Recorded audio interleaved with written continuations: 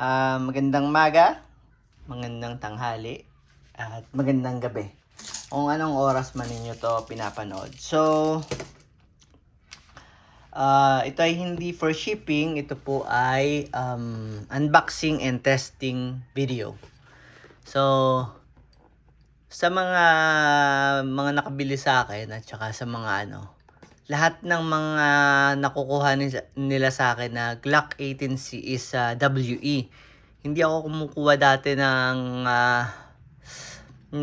ENC na Glock 18 kasi marami akong napapanood na video at saka marami akong nakikitang review na yung Glock 18C ng ENC is parang nabibilaukan daw pagka para siyang nabubulunan pag full auto. So, sabi ng supplier, itong batch ng Glock 18C, itong gen na to, hindi ko alam kung anong gen to eh. Teka, tingnan natin. So, Glock 18C siya ng ENC. So, ito ay Gen 4 siguro kasi may finger groove eh. Nandito kasi ang nito eh. May ganito na rin sila oh. Nasa ganito. Meron na silang quality control pass at saka toy use only. Ayan. So, ito yung unit. So, nung una, sabi ng mga tao, ang feedback sa ENC Glock 18C ay hindi maganda. So, sabi ng supplier, itong batch daw na to is goods daw. So, titingnan natin kung okay ba talaga siya. So, ito yung unit. So, pag Glock, lagi naman siyang kahit anong Glock, kahit anong brand, basta Glock, tsaka kahit sa totoong firearms is yung Glock is metal yung slide, polymer yung lower frame. Okay? So, ito, so, typical na Glock, naka-ported yung barrel niya. Tapos, yung inner barrel niya is brass. Tapos, ayan. So, same lang din ng sa WE. So, ito, siya ay complete Glock markings lang. Kasi yung WE, hindi eh. Ang nakasulat lang sa kanya dito, 18C Tactical, ganun. Hindi siya Austria. So, hindi nila ginaya yung totoong So, ayan din. Same din. May under railings. At saka, threaded din yung kanyang outer barrel. Okay, so, itetest lang naman natin siya. Para lang makita natin kung talagang hindi na siya nabibilaukan. So, pag Glock 18, kadalasan, lagi kong minimension, burst fire lang. Papitik-pitik lang dapat ang pindot.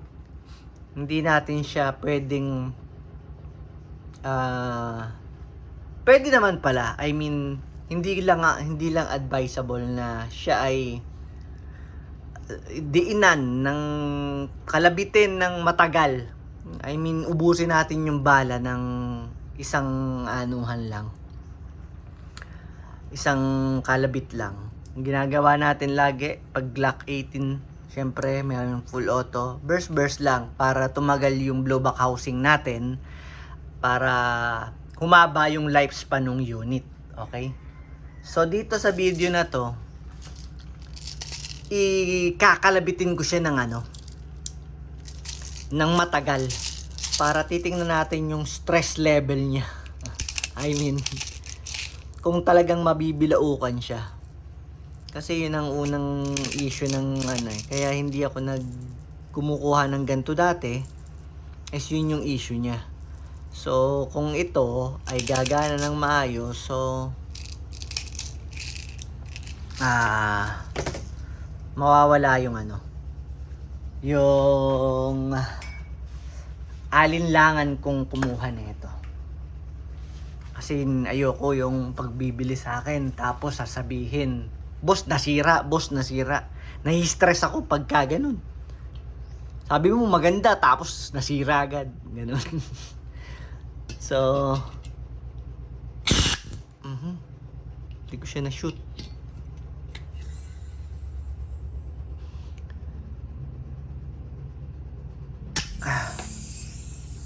Aha, meron siyang leak. So, tingnan natin kung marirepair ko yung leak. Katulad nito, may leak agad yung nang inang yan. Sinabi na ngang ano eh. Sinabi na ngang walang issue. Tapos, may leak agad na hayop ka. So, try ko lang muna siyang i-repair. Popost ko muna yung video. Iigpitan ko lang naman to. So, okay na. So, dalawa lang naman pag bago ang unit. Ibig sabihin, buo naman ang mga o-ring yan. Dalawa lang naman ang laging hinihigpitan dyan. Katulad nun, ito bago to. Nakita nyo naman, may mga sticker pa siya. Dalawa lang ang hinihigpitan. Itong screw na to, yan. Yung naglalak dito sa... may o-ring kasi sa loob nito. Ito. So, hihigpitan nyo lang to. Yan. Tsaka itong inlet valve. Sa inlet valve, kailangan yung gumamit ng ito. Ng valve na valve key. Ang tawag dito sa tools na to. Sa tool na to. Okay, so wala na siyang leak. So, hinigpitan ko lang siya. Segundo lang. Pinost ko lang kasi hinahanap ko pa tong screw eh. Hinigpitan ko lang yan. Ay, hinigpitan ko lang to. Okay? So, okay na siya. Tingnan lang natin yung kanyang minor issue lang yon, ganun talaga. Meron talaga mga ganong unit. Merong mga milik sa kasi kung ako ay first time buyer at milik, magpapanik na ako nun. Ako, Diyos ko, sira. Ay. So, yan. Tapos, try na rin natin siyang chrono. I-chrono natin siya. Kung ano yung performance lang. Kasi, first time natin ang Glock 18C ng ENC dito sa page. At sa channel ko. Okay? Tingnan natin kung ano yung chrono niya. Isang beses lang natin siyang i-chrono.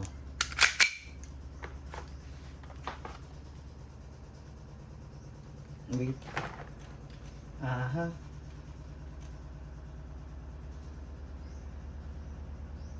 Okay.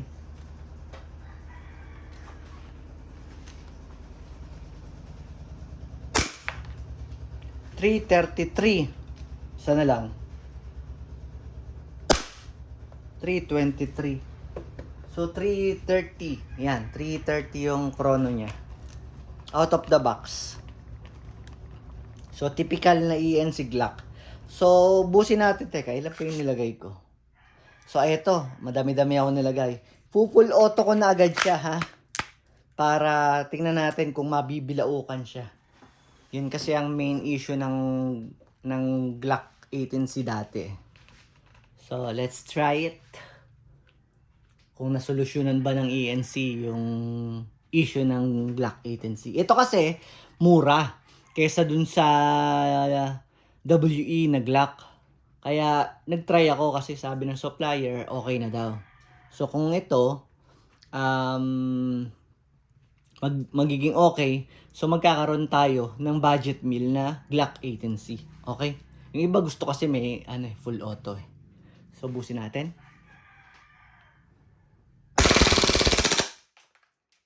Aha.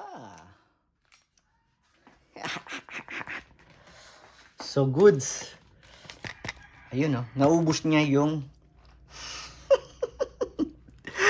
nauka-uka yung kahon eh. Nagkalat po yan. Nagkalat ang bida. Nasibak yung kahon. So, very good. Hindi siya nabilaukan. Okay? So, ayun lang. Kung meron kayong tanong at gusto nyo kumuha ng ganito, i-message nyo lang po ako sa aking Facebook. Ayun lang. Hindi ko dala yung isa kong cellphone. Basta, ang name ko sa Facebook, eto na lang. Galing kasi ako sa labas eh. Is eto. Ayan. Belmer Luis Santos Pantalunan. Ayan ah. Belmer Luis Santos Pantalunan. Yan po ang name ko sa Facebook. Pwede nyo akong i-message. Yung isa kong Facebook, medyo na-suspend kasi siya. Pangalawang beses na siya na-suspend. For violation of selling firearms daw. So, dalawa po yun. Kahit alin doon, i-add nyo. Kasi yung isa parang hindi pa lalabas naka-suspend ka rin, naka-disable pa rin kasi yung isa. So, basta yun lang po ang pangalan ko.